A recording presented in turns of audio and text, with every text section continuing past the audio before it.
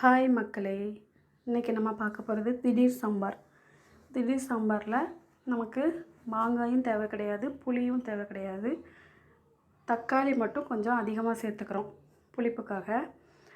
வீட்டில் இருக்கிற நார்மலாக இருக்கிற காய்கறிகளே போதும். உங்கள்கிட்ட என்ன காய்கறி இருக்கோ அது போட்டுக்கோங்க. ஃபஸ்ட்டு வெந்தயம் கடுகு போட்டு தாளிச்சிட்டு பல்லாரியை வெட்டி போட்டுக்கோங்க. பல்லாரி நான் 2 பல்லாரி போட்டிருக்கேன்.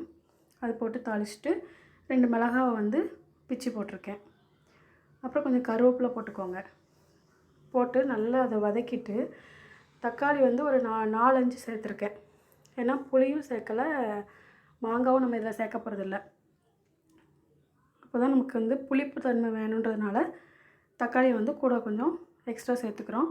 அப்புறம் உப்பு சேர்த்து நல்லா வதக்கிட்டு மஞ்சத்தூள் மிளகாய்த்தூள் 2யும் நம்ம ஆட் பண்ணிவிட்டு எப்பவும் போல் சாம்பார் பொடியும் அதிலே ஆட் பண்ணுறோம். ஆட் பண்ணிவிட்டு கொஞ்சம் நல்லா வதக்கி விட்டுட்டு தேவையான அளவு தண்ணி, எவ்வளோ நீங்கள் சாம்பார் வைக்க போகிறீங்களோ அந்தளவுக்கு கொஞ்சம் தண்ணி ஊற்றிட்டு இருக்கிற கொஞ்சமாக காய்கறி இருந்தாலும் போதும், அதையும் போட்டுட்டு நல்லா அதை வதக்கி விட்டுட்டு மூடி வச்சுருங்க. ஒரு 5 மினிட்ஸ் மூடி வச்சுருந்தாலே நல்லா இந்த மாதிரி கொதித்து வந்துடும். ரொம்ப ரொம்ப சிம்பிளுங்க. ஏற்கனவே பருப்பு அவிச்சு வச்சுருக்கேன். பருப்பு கூட சீரகம் கொஞ்சமாக போட்டிருக்கேன். அப்புறம் வெள்ளைப்பூடு கொஞ்சம் பெருங்காயத்தூள் போட்டு வேக வச்சு எடுத்து வச்சுருக்கோம்.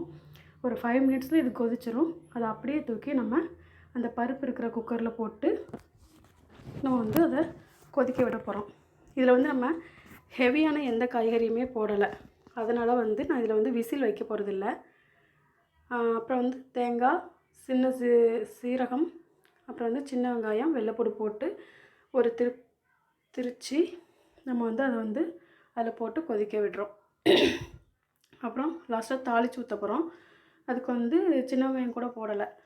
2 வத்தல், கடுகு, உளுத்தம்பருப்பு, அப்புறம் கருவேப்பிலை, இந்த 3 தான் போட்டு தாளிக்க போகிறோம். தாளிச்சிட்டு அதை அப்படியே தூக்கி குழம்புல ஊற்றிட்டோன்னா திடீர் சாம்பார் ரெடி. இந்த விஷயத்தில் நமக்கு லாஸ்ட்டாக பெருங்காயத்தூள் கொஞ்சம் வாசனைக்காக ஆட் பண்ணியிருக்கேன். இப்போ என்னென்னா, நம்ம மாங்காய் சேர்க்கலை அப்படின்றதுனால குழம்பு டேஸ்ட்டாக இல்லைன்னு இல்லை, சூப்பராக இருந்தது. நான் அதை ட்ரை பண்ணி பார்த்தேன். ரொம்ப ரொம்ப சூப்பராக இருந்தது. புளி போட்டிருந்தா கூட வித்தியாசமாக இருக்கும்னு நினைக்கிறேன். ஆனால் தக்காளி அதிகமாக சேர்க்கும்போது அதோடய ஸ்மெல் சூப்பராக இருந்தது, டேஸ்ட்டும் நல்லா இருந்தது. லாஸ்ட்டாக மல்லி இலை தூவி அதை நம்ம இறக்கிக்கலாம். தேங்க்யூ.